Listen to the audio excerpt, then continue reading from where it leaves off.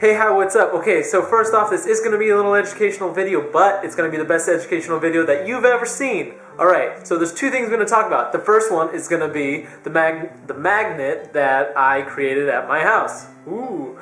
I created it from ordinary household objects that you can make for yourself. Second thing I want to talk about is how I can relate this to the planet Earth and its magnetic field.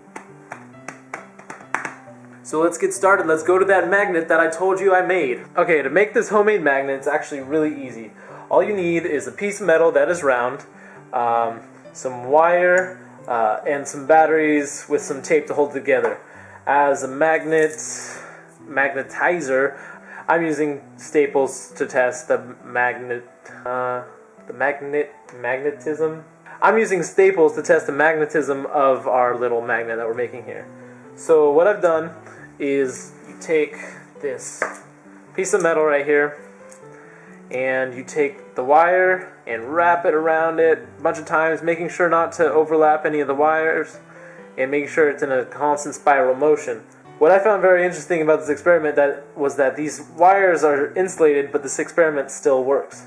So after you've wound the piece of wire around the piece of metal, I taped it down to hold the wire in place, and then I taped 3 Duracell D batteries together, positive end and negative end, to keep the current going in one direction. Then I taped the non-insulated wire ends and tape those down to those ends.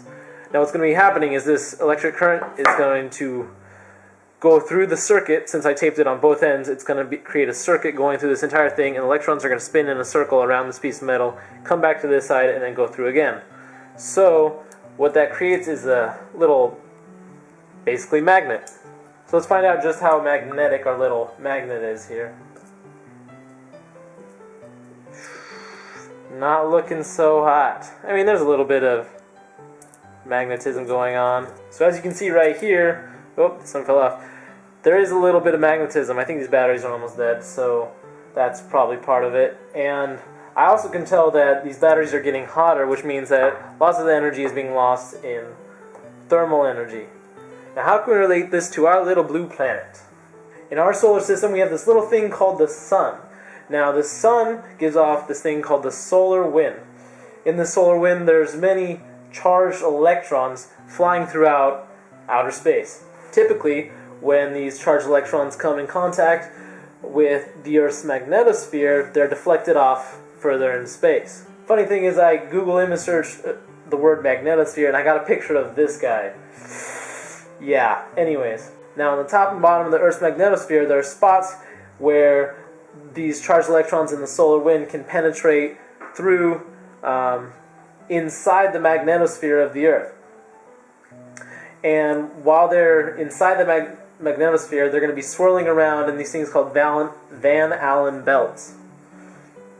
While they're swirling around that, it's just like in the magnet, where the electrons are swirling around a center object. The electrons are swirling around and creating that magnetic North Pole and South Pole, which we have on the Earth. I want to thank you for watching this video and hope that you learned something from this video. I apologize again for my, for lack of a better word, cruddy magnet that I made with the low battery charges. Anyway, I'll probably see you in another video soon, so stay tuned for more on these educational but awesome videos.